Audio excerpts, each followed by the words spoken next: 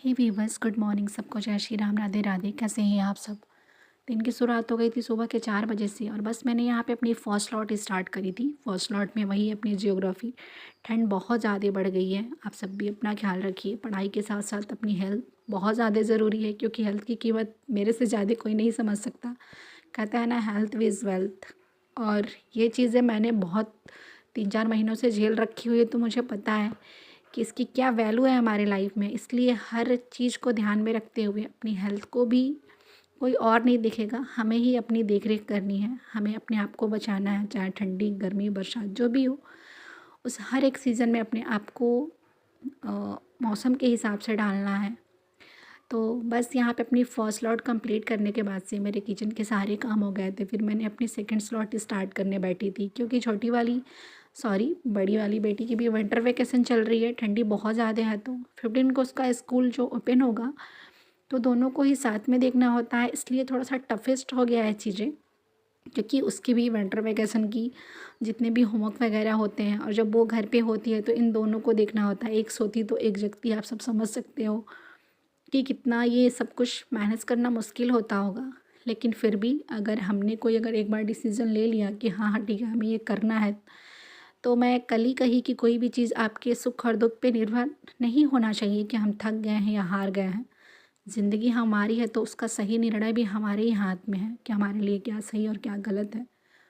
आप पहले ये चूज़ करो कि हमने जो ठाना है वो किस लिए ठाना है, और अगर करना ही नहीं है तो फिर हम उसके लिए थोड़ा सा ही मेहनत क्यों करें। एक बार जी जान लगा के मेहनत करो, होगा तो होगा, नहीं होगा तो कभी ज़िंदगी में मलाल ही नहीं रहेगी कि हाँ ठीक है, हमने हमने मेहनत ही नहीं करी। ये चीज़ें होनी चाहिए कोई भी चीज़ स्टार्ट करने से पहले, क्योंकि शादी के बाद बहुत सारी चीज़ें ऐसी हो जाती हैं जो चीज़ें हमें अपने मायके में प्रोवाइड होती है, हम चाहें तो यहाँ पे नहीं कर सकते।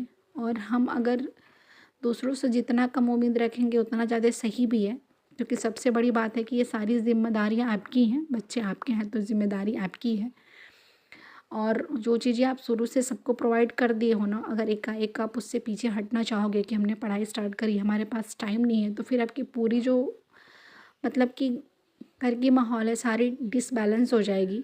तो सारी चीज़ों को अपने नज़र में रखते हुए भी हमें अपने काम को भी करना है, बाकी लोगों को भी देखना है, अपने बच्चों को भी देखना है, ताकि हम मेंटली और फिज़िकली दोनों ही ठीक रहें। क्योंकि होता है ना, अगर हम फिज़िकली थक गए हैं तो हम रेस्ट कर सकते हैं, लेकिन अगर हम मेंटली डिस्टर्ब हो गए तो उसको ठीक होने में बहुत टाइम लगता है। जैसे कि मैं पीछे इन सारी चीज़ों को झेल चुकी हूँ, धीरे धीरे कैसे कैसे करके लाइफ ट्रैक पे आई है। इसलिए जो भी डिसीज़न लिया मैंने सोच समझ के लिया, अपनी लाइफ को धीरे धीरे ट्रैक पे लाई, और फिर वो धीरे धीरे ट्रैक पे आ भी गई। थोड़ा सा समय ज़रूर लगा, लेकिन कहते हैं कि अगर आपके अंदर हिम्मत है ना, आपकी कोई भी मुश्किलें हैं, अगर आपके अंदर हिम्मत है तो आपकी हिम्मत से वो बड़ा नहीं हो सकता। बस एक धैर्य बनाए रखना चाहिए हर इंसान को, और ये बहुत ही ताकतवर है, बहुत अच्छा रोल प्ले करता है ये धैर्य।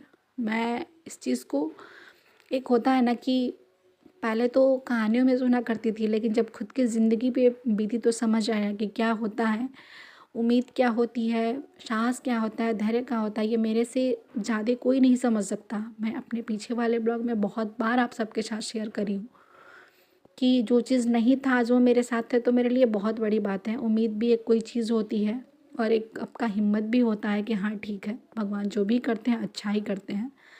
फ़िलहाल यहाँ पे मेरा सब कुछ हो गया था, मतलब सब कुछ का मतलब कि सारे काम, बस किचन के कुछ आधे अधूरे काम थे, उसको मैं कंप्लीट कर रही थी।